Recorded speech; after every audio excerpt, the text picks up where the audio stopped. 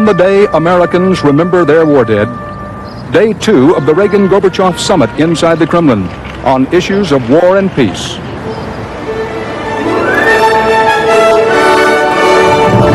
This is the CBS Evening News. Dan Rather reporting again tonight from inside the Kremlin. Second day of the Reagan-Gorbachev Moscow summit. They are pressing their private agendas. Mr. Reagan is trying to ensure his place in history. General Secretary Gorbachev is trying to ensure he has a future. And in an extraordinary interview with CBS News, the reform-minded former top political boss of Moscow, former Politburo member and Gorbachev right-hand man, Boris Yeltsin, points a finger at the current Politburo number 2 man, Yegor Ligachev. Yeltsin says Ligachev is an obstacle to Gorbachev's reforms. We'll have that interview shortly. First, President Reagan's day. The centerpiece of this day, and of Mr. Reagan's own personal summit agenda, was framed around an unprecedented gathering of dissidents, refuseniks, religious believers, and their families, all invited to Spaso House, the U.S. ambassador's residence in Moscow, to tell their stories, to tell those stories directly to the president.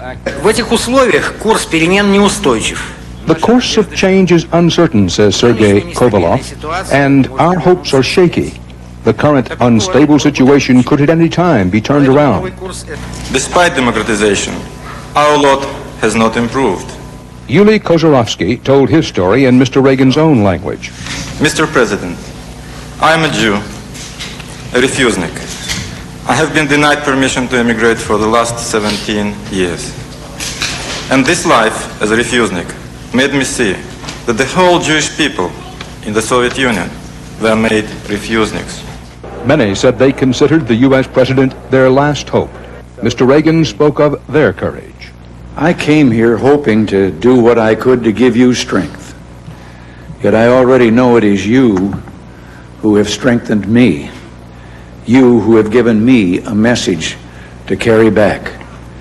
While we press for human rights through diplomatic channels, you press with your very lives. He hinted that he hadn't spoken his last to Gorbachev on human rights. Nancy and I have to leave you. We're going to have a little talk with the General Secretary. And the Soviets hit back today in Pravda. On the front page, a vignette of the smiling Gorbachevs and Reagans, but inside, heavy play given to a picture of America's homeless, looking for a handout and a meal. The Soviet media and foreign ministry went on to ridicule the Reagan meeting with dissidents at Spaso House. I can tell you that they are not the best of the Soviet public. Rather, on the contrary. This was the human and religious rights event the Kremlin wanted reporters to cover today, renovating the artifacts of the church, not restoring the church's position. The Soviets have no word for photo opportunity. They do know how to stage an event. The church bells of the 13th century Danilov Monastery in Moscow chimed for the Reagans, something they rarely do otherwise. The monastery has been renovated in recent years to mark 1,000 years of Russian Christianity. Mr. Reagan prayed that Gorbachev's moves toward openness and freedom would go wider and be permanent. We don't know if this first thaw will be followed by a resurgent spring of religious liberty. We don't know, but we may hope. Some of the answers President Reagan and General Secretary Gorbachev gave to reporters before their private summit session also hinted at the turmoil over human rights. Asked about a list of Jewish refuseniks, Gorbachev seemed to flare a bit. Well, there are quite a few. There are too many lists.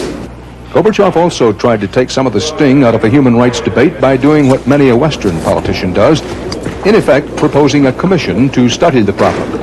In this case, a panel that would meet with counterparts in the United States. Behind closed doors in St. Catherine's Hall, the official summit subject today was arms control. Reportedly, both sides traded ideas on reducing long-range nuclear weapons. They reportedly moved somewhat closer on 2 minor arms agreements.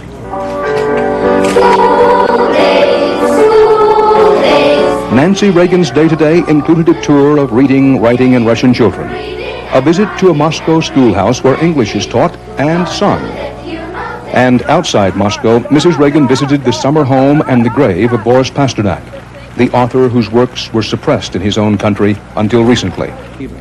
President Reagan quoted another author, Russia's best-loved poet, Alexander Pushkin, in pressing Gorbachev on human and religious rights. It's time, my friend. It's time. With me again, as he has been throughout our coverage from inside the Kremlin, Charles Kurov. And Charlie, we're walking in the center of what used to be called the Holy Kremlin, Cathedral Square. Yes, this place is a great architectural reminder, isn't it, of the time in Russia when church and state were one. All you have to do is take a look around inside the Kremlin to see the importance the Tsars gave to the Orthodox Church. The Church collaborated with the Tsars for more than 900 years in perpetuating a system of serfdom and inequality. Of course, these churches in the Kremlin aren't churches anymore. What's interesting, Dan, is that in giving the church a little more breathing room, Mikhail Gorbachev is obviously trying to reach a new collaboration with the church, to use the church to accomplish his aims, just as the Tsars did. When the church bells ring at the Danilov Monastery, it is a rare and wondrous sound, as you said, Dan. In the Soviet Union, church bells come under the category of disturbing the peace. Gorbachev is letting these bells ring. The head of the monastery, Father Tikhon, doesn't want to push Gorbachev too far. He would be glad to see the anti-religion laws changed, but in the meantime, he says, we have to exercise our faith in accordance with the laws. The real disturbers of the peace are simple priests like Gleb Yakunin. In 1965, he denounced his church for turning over the names of worshippers to the police. This was repeating the role of Judas, he says, betraying the people who came to the church. They stripped him of his priesthood. He responded with a barrage of public documents proving religious persecution. They sentenced him to 5 years in prison, and after that, 30 months exile in Siberia. He remained defiant. They took away his Bible. He went on a hunger strike until he got it back. When he was freed by a Gorbachev amnesty last year, he went right back to disturbing the peace again, denouncing his patriarch for defending the Soviet record on human rights. This, he says, was an offense against the memory of millions of innocent victims. After all he has been through, Gleb Yakunin's eyes still flash with defiance. And he has allies now. This is a meeting of the Soviet Government Peace Committee. How's this for disturbing the peace? This man says, how can you talk about freedom of conscience if the schools force atheism down our throats? This is a crime. Looking on with approval at all this is a man named Alexander Ogorodnikov. He spent 8.5 years in jail and in exile for violating the laws on religion. Now he too is back, editing a journal on religious persecution. You can't live freely here, he says. We're living with a gag in our mouths and our arms tied. Only because of glasnost, the gag is becoming looser. He is being harassed by the KGB, but it's hard to imagine Alexander Ogorodnikov being gagged. Gorbachev would like to reach a compromise with the church, but in the fierce souls of Gleb Yakunin and Alexander Ogorodnikov, there is no compromise. They want religious freedom, nothing less. They will suffer any pain to get it, and they will seek help wherever they can. Today, they sought help from President Reagan.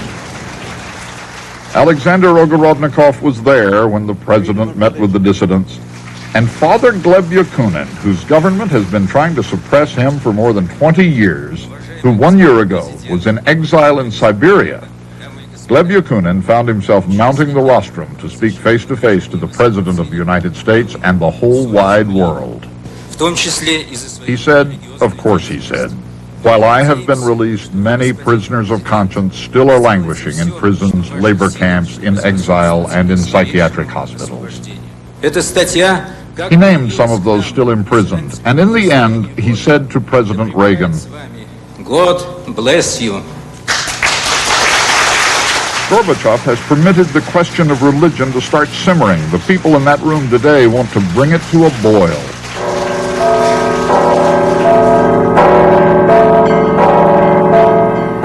one church, the bells are ringing again.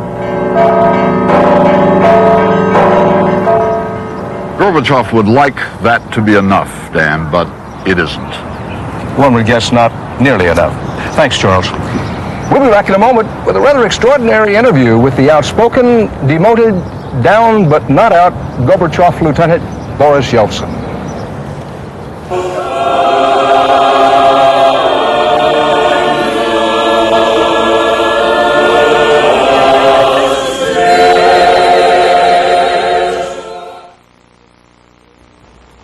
You've probably heard about pain relievers that sound new, but they're not new to hospitals. For years, hospitals have known about ibuprofen, aspirin, and Tylenol products. And today, their overwhelming choice, Tylenol. In fact, last year, they dispensed Tylenol 10 times more than the leading aspirin and ibuprofen brands combined. If hospitals use Tylenol most, shouldn't your choice be Tylenol too? Tylenol, the pain reliever hospitals use most. I don't know whether to begin without him. I'm sure he's just sitting in that awful traffic. Steve, in his new 190 class Mercedes, sitting in traffic. Oh, sure, he's sitting there in line, drumming his fingers on the steering wheel, tapping his foot, fiddling with the radio stations, staring at the taillights of the car in front of him. Marie, I've commuted with Steve. What's that supposed to mean? Well, it means... That's what it means.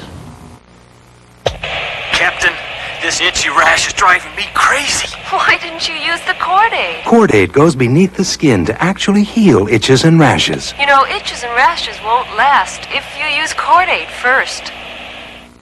X-Lax presents a gentle guarantee. A guarantee that X-Lax works gently by 8 a.m. when taken at bedtime or your money back. A promise you can count on. X-Lax, guaranteed complete relief by 8 a.m.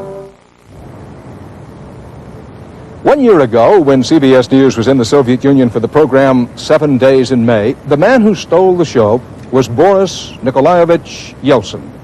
He was a populist politician, a shrewd and popular one, kind of a younger combination of Tip O'Neill and Ronald Reagan. And he was a Gorbachev lieutenant, the fastest rising star inside the Communist Party.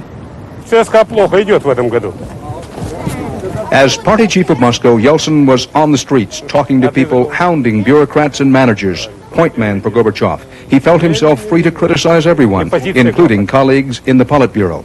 Boris Yeltsin finally went too far, made too many enemies, and last winter Gorbachev was forced to bounce him from the Politburo leadership. Yeltsin was demoted to the construction ministry. But when I talked to him today, I found Boris Yeltsin looking and sounding like a winner and still attacking the enemies of perestroika. I think a certain renewal in the composition of the Politburo would benefit perestroika. That's Sovietese, but throw the rascals out. I think that the process is much slower than we expected, considerably slower. And to overestimate what is happening and to speak and to say that everything is going according to the plan isn't only an error, this is a dangerous thing to say. But not everybody agrees with me on that, especially referring to the social problems on which I had and have different views with Ligachev. Igor Ligachev, currently number 2 in the Politburo and reputedly the leader of the Go Slow School of Reform. R. Ligachev, and those who think like him holding back perestroika and glasnost? In his words and his speeches, you can never find this. But it is possible to be an opponent without actively participating. So the answer is yes. That is indeed the style of his work against which we are fighting. It contradicts the spirit of perestroika. Clearly, Yeltsin believes that Ligachev has to go if Gorbachev's campaign for reform is really to succeed. Boris Yeltsin's outspoken comments are, according to analysts, more than bitter aftertaste of a man who's out of power. It looks to some outsiders that Mikhail Gorbachev is continuing to increase his authority, that those who oppose him are being routed, and as that happens, the thought occurs, well, perhaps Boris Yeltsin is winning after all? No, it won't be me who decides that. What I can say firmly is that I am his supporter and a supporter of perestroika and the struggle of perestroika without sparing myself no matter where I work. Someone said if you did what you did in the Stalin area, that you'd been shot. If you had done what you did in the Brezhnev area, you would have been disgraced and humiliated. Certainly, of course. To have expressed it so bravely at that time, those consequences would have happened. However limited the changes, these are still new times, and Yeltsin has not been sent to Siberia, but only down the street. What is the single most important change that has occurred in the Soviet Union? I think the main change is the activism of the people. They seem to have been awakened from a hibernating sleep. Thank you, Mr. Yeltsin. Thank you very much. Thank you.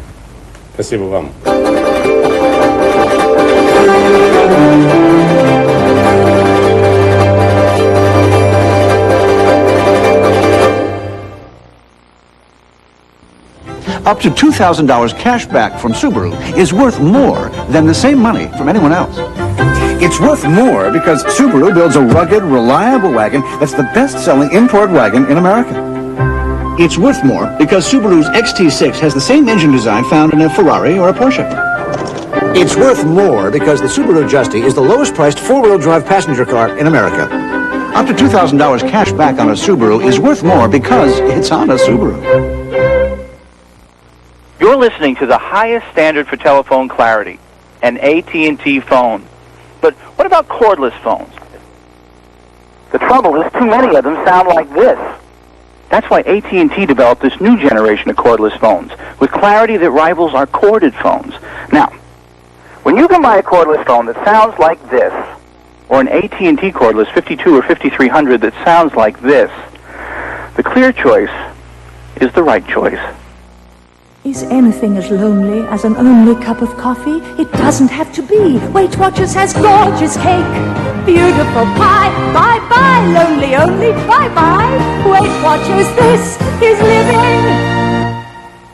If you're concerned about heart disease and your doctor advises exercise, the right foods, and an aspirin a day, you should know that heart specialists recommend Ecotrin more than Bayer when they're concerned about aspirin irritation because it's safety coded. Ecotrin, the one heart specialists recommend.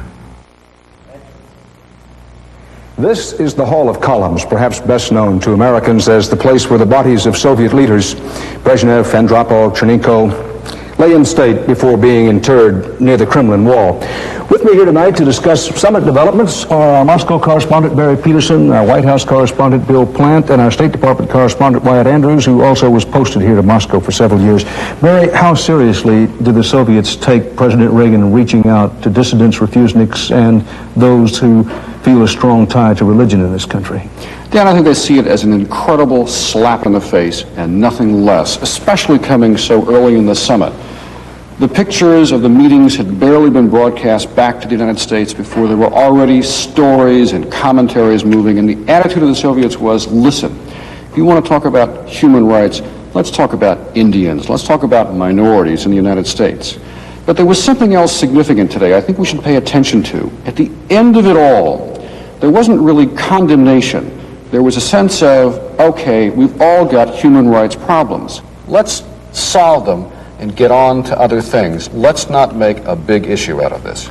And in the man-to-man negotiating sessions, any progress, Bill? The U.S. thinks that it has made some progress. They proposed today, Dan, some very tricky proposals for verifying the number of mobile missiles. Now, the U.S. has been against the limitations on mobile missiles because they think the verification doesn't work. They have some new ideas today. It's still a long way from fruition. The Soviet spokesman said today that the deal was almost done. A U.S. official responded that if that was the case, we have a difference of opinion. And when we speak of mobile missiles, we're speaking of cruise missiles as well. We're speaking of a separate category of cruise missiles, air-launched and sea-launched, which still really haven't been worked out. A little more progress on air-launched than sea-launched, but they have a long way to go before they get to a START agreement, let alone anything else. Are they agreeing on anything else, Wyatt? Dan, sometime before the end of this week, probably tomorrow, they're going to sign 3 deals they've got already worked out. The first one is interesting. The U.S. and Soviets are going to conduct 2 joint nuclear test blasts this summer. They're already digging the holes for them in Nevada and here in the Soviet Union. So they've got that one ready. They can sign that anytime, probably tomorrow. They're going to extend the cultural agreement that has sent thousands of Soviets and Americans across the ocean to visit each other. They worked that out tonight. And the third deal is one in which both sides have agreed to tell the other on an early basis whenever they test launch a ballistic missile. This is sort of a mini arms control deal that they thought they could pull out of the larger one that they're negotiating. They felt like they had to sign something.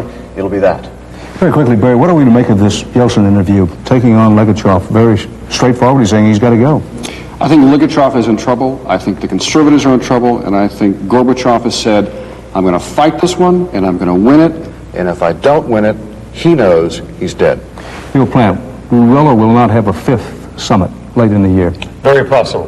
The president wants a trophy to take away from here that would include some real progress in arms control. If there is real progress in arms control, then there is probably a 5th summit meeting. Thanks, Bill. Wyatt, Barry. We'll have more news after this.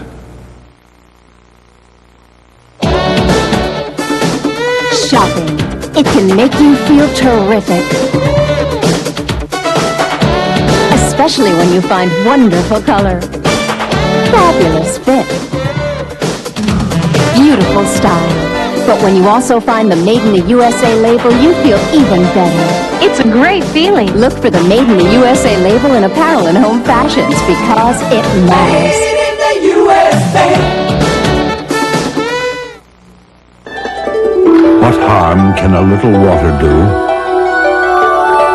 The damaging effects of water and time have always been wood's enemy. Introducing new Rust-Oleum Wood Saver Paint, a special wood formula with Teflon for twice the moisture protection of ordinary paint. So if it's going to get wet, get Rust-Oleum.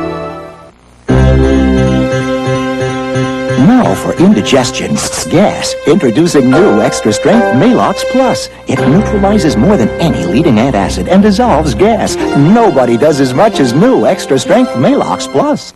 Where can you find America's best-selling camcorder outfit with a free $149 telephoto lens? Perfect. The case, camcorder, and accessories are all yours for just $26 a month.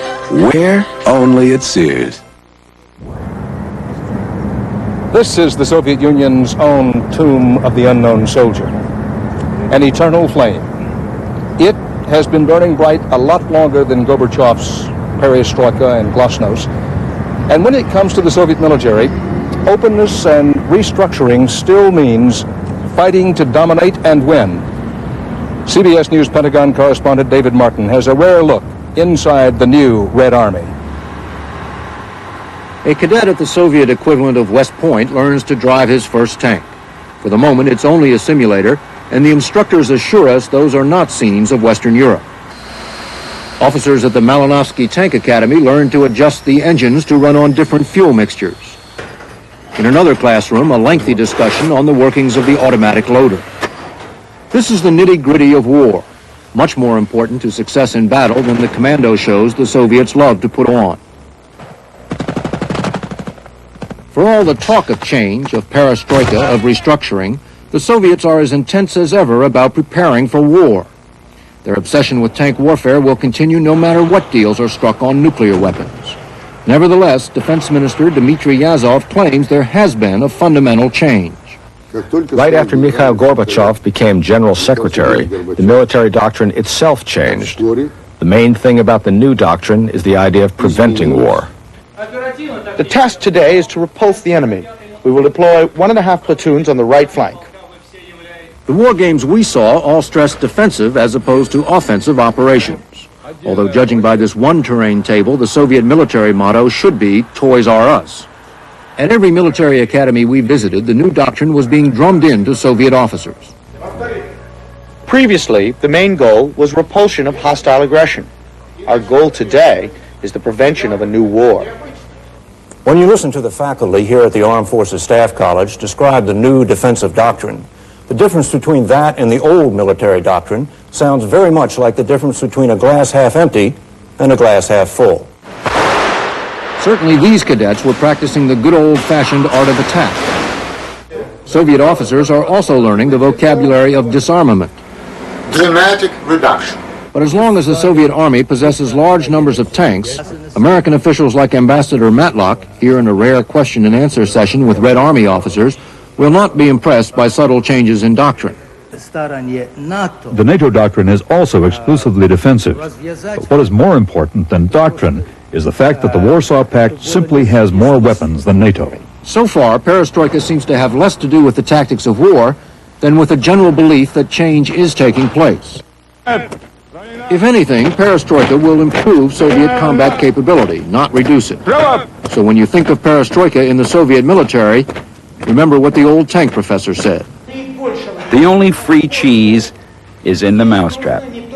David Martin, CBS News at the Malinovsky Tank Academy, Moscow.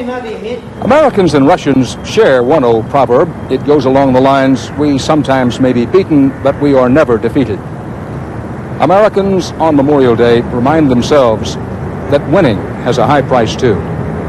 Part of the agenda of the Reagan-Gorbachev summit is to try to make the world a safer place by trying to make it at least a little more predictable place. Maybe it's because of our Memorial Day, but this Soviet tomb of the unknown soldier looks a lot like monuments to dead soldiers everywhere and reminds one of the reality behind them. That's tonight's CBS Evening News. Dan Rather with Charles Carroll. See you tomorrow, again from inside the Kremlin. Good night. Mom sure made life easier. Mine did. Like another mom, Phillips Milk of Magnesia. Phillips' mom helps your body work naturally for easy overnight relief. Even has this convenient dosage cup. Nobody treats you better than Mom. Do it yourself. Do it for yourself. Do yourself proud with Minwax and Wood. Wood finish for beautiful color like no other. And Minwax polyurethane for fast drying protection that lasts. Do yourself proud with Minwax and Wood. Why do they call it heartburn? When it's me, your stomach, that's hurting. When antacids don't stop the pain from coming back, it could be an ulcer. It's okay, because there are treatment programs to help heal ulcers. If you think you have an ulcer, go see your doctor and ask about the available treatment programs. Sponsored by SmithKline & French, the ulcer experts. You could make your stomach very happy.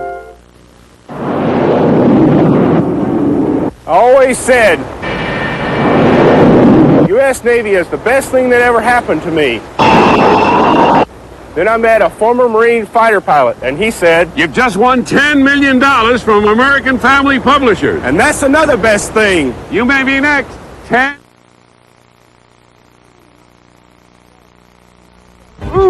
Have a nice day. You know, I feel lucky to have a healthy, active child, but many people can't say the same because their children spend a great deal of time in the hospital. And one day it could be your child or mine. Help us make a difference in a child's life. Join us June 4th and 5th for the Children's Hospital of Vanderbilt Telethon right here on Channel 5. Bye-bye.